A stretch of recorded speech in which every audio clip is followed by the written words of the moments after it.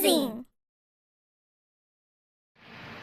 नमस्कार विद्यार्थी मित्रांनो, तुम्हा सर्वांचं माझ्या स्कॉलरटिक स्टार या यूट्यूब चॅनलमध्ये हार्दिक स्वागत. मागील व्हिडिओमध्ये आपण इयत्ता पहिलीची मंथन परीक्षेची सराव प्रश्नपत्रिका क्रमांक 1 पाहिली होती.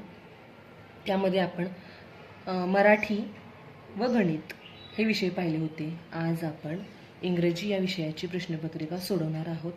या विषयामध्ये प्रश्न 10 असतात आणि प्रत्येकी 2 गुण असतात. असे मिळून गुण असतात 20. चला तर मग पाहूया प्रश्न क्रमांक 41. टोमॅटो या शब्दाशी यमक जोडणारा शब्द कोणता? यमक जोडणारा शब्द म्हणजे टोमॅटो या शब्दाचा यमक जोडणारा शब्द म्हणजे पोटॅटो. उच्चार सारखे असतात, फक्त सुरुवातीचे अक्षर हे वेगळं असतं. टोमॅटो, पोटॅटो, म्हणून पर्याय क्रमांक 1 हे उत्तर बरोबर आहे. पुढील प्रश्न आहे, खालीलपैकी कोणत्या शब्दातील मधले अक्षर वेगळे आहे? जर आपण पर्याय पाहिले तर गन, सन, रॅट, फन. इथं मधले अक्षर फक्त पर्याय क्रमांक 3 मध्ये ए हे आहे.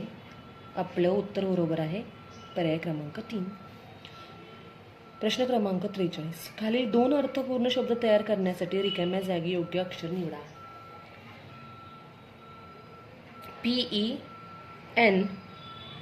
PENNEST नेस्ट म्हणजे पर्याय क्रमांक 4 हे उत्तर बरोबर येणार आहे.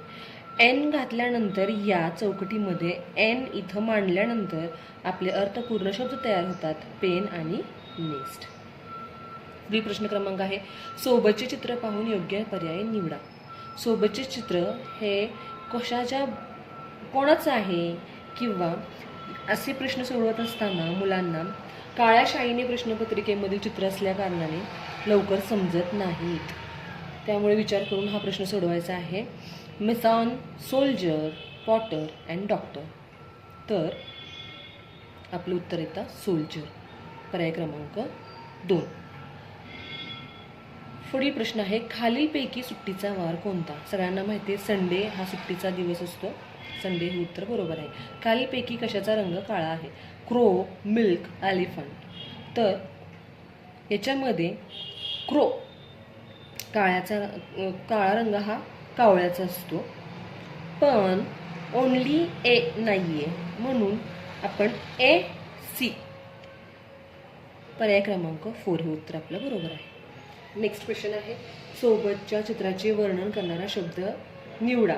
इथं मुलगा काय जेवण करतोय, म्हणून to eat, to run, to eat, to cry, to sleep, पर्याय क्रमांक 2 हे उत्तर बरोबर आहे.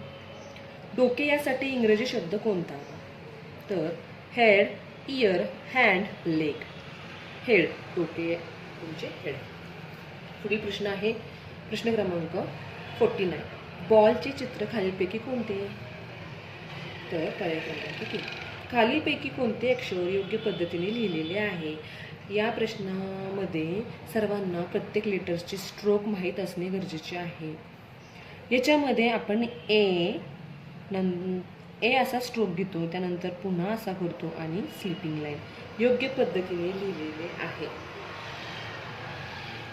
तर इथं जर पाहिलं तर आपण डाऊन साईडला ॲरो करतो, त्यानंतर